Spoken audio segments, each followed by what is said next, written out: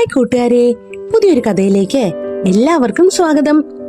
ഇന്നൊരു മണ്ടൻ കടുവയുടെ കഥയാണ് കേട്ടോ. എന്നാൽ വാ കഥയിലേക്ക് പോകാം. ഒരിടത്തൊരിടത്ത് ഒരു കാട്ടിൽ ടിംബു എന്നു പേരായ ഒരു മണ്ടൻ കടുവ താമസിച്ചിരുന്നു. ഇന്നും പുതിയ മണ്ടത്തരങ്ങൾ കാട്ടി അബദ്ധത്തിൽ ചെന്ന് ചാടുന്നത് അവന്റെ പതിവാണ്. അങ്ങനെ ഇരിക്കെ ഒരു ദിവസം ടിംബു കടുവ കാട്ടിലൂടെ ഇര തേടി നടക്കുകയായിരുന്നു. അപ്പോഴാണ് തെല്ലകലെ ഒരു പൂവൻ കോഴിയും പിടക്കോഴിയും നിന്ന് തീറ്റ തിരയുന്നത് കണ്ടത്. ടിംബൻ ഒറ്റപ്പിടുത്തത്തിന് പൂവനെയും പിടയെയും കൈക്കുള്ളിലാക്കി. ഹയ്യടാ, ഇന്നത്തെ കാര്യം കുശാലായി. ഒരു മൂളിപ്പാട്ടും പാടി ടിംബു പതുക്കെ നടന്നു. ടിംബുവിന്റെ കയ്യിലകപ്പെട്ട പിങ്കനും പിങ്കിയും കാട്ടുകോഴികളാണ്. രാവിലെ കുഞ്ഞുങ്ങൾക്ക് തീറ്റ തേടി ഇറങ്ങിയതായിരുന്നു അവർ. കടുവയുടെ പിടിയിലായ കോഴികൾ ഉറക്കെ കരഞ്ഞു.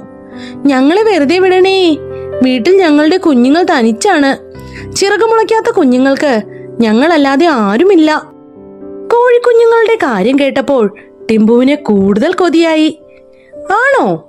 എങ്കിൽ ഞാൻ നിങ്ങളെ വെറുതെ വിട്ടേക്കാം. നിങ്ങൾ പറയുന്നത് സത്യമാണോ എന്ന് എനിക്കും കൂടി അറിയണ്ടേ. ഞാനും കൂടി നിങ്ങളുടെ വീട്ടിലേക്ക് വരാം. പറഞ്ഞത് അബദ്ധമായെന്ന് കോഴികൾക്ക് മനസ്സിലായി. ഇനി ഈ ദുഷ്ടൻ കുഞ്ഞുങ്ങളെയും ബാക്കി വെക്കില്ല, അവർ സങ്കടത്തോടെ വിചാരിച്ചു.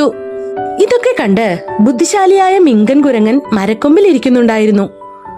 കുരങ്ങൻ ടിംബുവിനോടായി പറഞ്ഞു, ഏയ് കടുവാച്ചാരേ, ആ മൈതാനത്തിനപ്പുറത്ത് മാൻകൂട്ടം കൂടി നിൽക്കുന്നുണ്ട്. വേഗം പോയാൽ അവയെ കൂടി പിടിക്കാം. ശബ്ദമുണ്ടാക്കാതെ ഓടണമെന്ന് മാത്രം. കുരങ്ങച്ചൻ പറഞ്ഞത് മണ്ടനായ കടുവ വിശ്വസിച്ചു. എങ്കിൽ ശരി, ഈ കോഴികളെ വിടുന്ന പ്രശ്നമില്ല എന്നും പറഞ്ഞ് കോഴികളെയും കൊണ്ട് ടിംബു കടുവ ഓടി.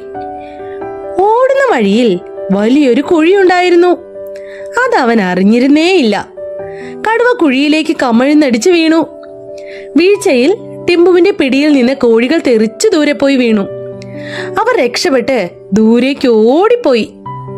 നിരാശനായ ടിംബു കുഴിയിൽ നിന്നു കയറി. തന്റെ അത്യാഗ്രഹം കൊണ്ടാണിത് സംഭവിച്ചതെന്ന് അവന് മനസ്സിലായി. കഥ ഇഷ്ടായ കൂട്ടുകാരെ? ഇതുപോലെയുള്ള ഒരുപാട് കഥകൾ നമ്മുടെ ചാനലിലുണ്ടേ, അതൊക്കെ കയറി കാണണേ, ലൈക്ക് ചെയ്യണം. പിന്നെ ആദ്യമായി ഈ ചാനൽ കാണുന്നവരാണെങ്കിലേ പ്ലീസ് ഒന്ന് സബ്സ്ക്രൈബും കൂടി ചെയ്യണേ. അപ്പൊ നിങ്ങൾക്ക് ഒരുപാട് നല്ല കഥകളൊക്കെ കാണാനാവും. അപ്പോ നാളെ നല്ല കഥയുമായി വരാട്ടോ. അതുവരെ ബൈ ബൈ.